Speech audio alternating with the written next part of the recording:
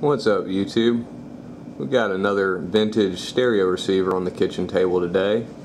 This one is a Yamaha CR-240 that I picked up off of eBay. And the main reason I bought this unit was the pictures. It was advertised as being in good condition, and really I think it's in almost mint condition. And it was also advertised as being working. So that was the reason I went ahead and picked this thing up. Has the simulated wood grain exterior. I'll go ahead around to the back and show you. It's just a very basic receiver, doesn't have a whole lot on the back, but has your antenna connections, RCA inputs for a phono or auxiliary, and a tape in and out, speaker connections, 2 unswitched outlets. And another thing to show you that this unit probably was never used at all, it still has the original AM loop antenna installed.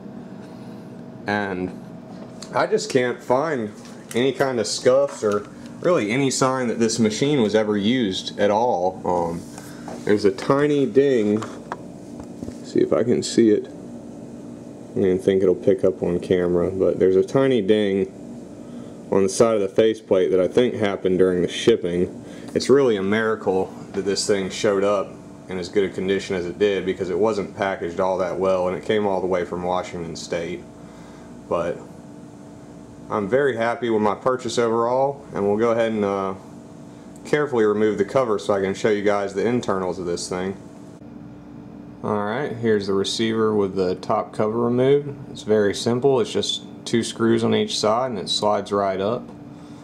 Kind of show you the inside. It's very clean and well thought out, the way this thing's designed. It does have a little light bulb, that plexiglass or Lexan piece, not sure exactly what it is. It's supposed to have a light on either side to light up the dial face, and it's pretty bright right now, but you can faintly see that the one side's lit up and this side isn't. But other than that, the unit's in perfect functional order. My can of deoxit did run out. There's a little bit of noise left in some of the controls, but I'm going to order another can so I can finish cleaning all the controls completely on this thing.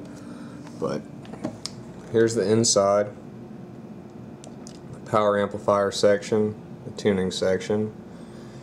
It's a pretty nice heat sink. See if I can show that.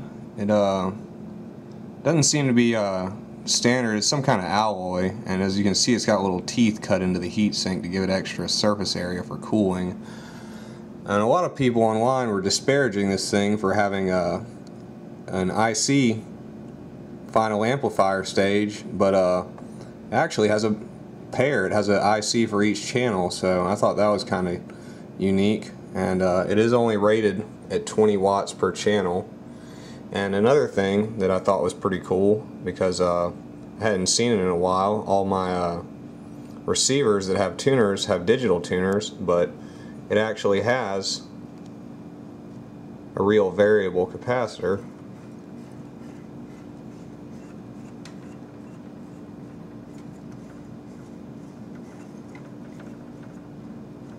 And for those of you who don't know what that is, basically by varying the amount of overlap between the plates, it varies the capacitance and thus the tuning of the unit.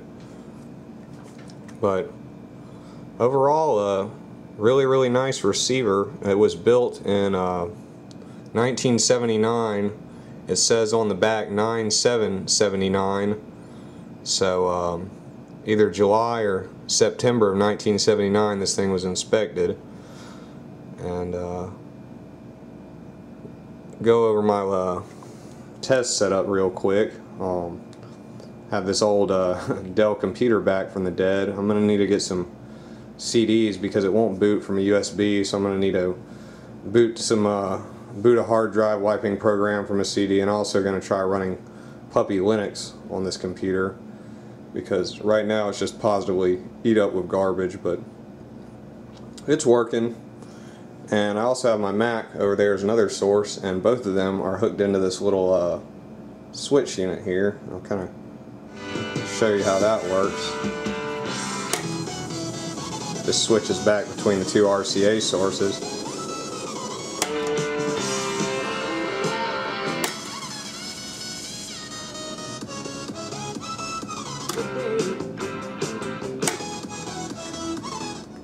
So that's kind of handy if you have a receiver like this that only has a single auxiliary input. But enough chit chat, we'll go ahead and do a quick listening test on this receiver. Almost forgot to show you guys the tuner on this receiver, and it's pretty understated in the display, but I really like it. It has the signal strength indicator and the FM stereo indicator.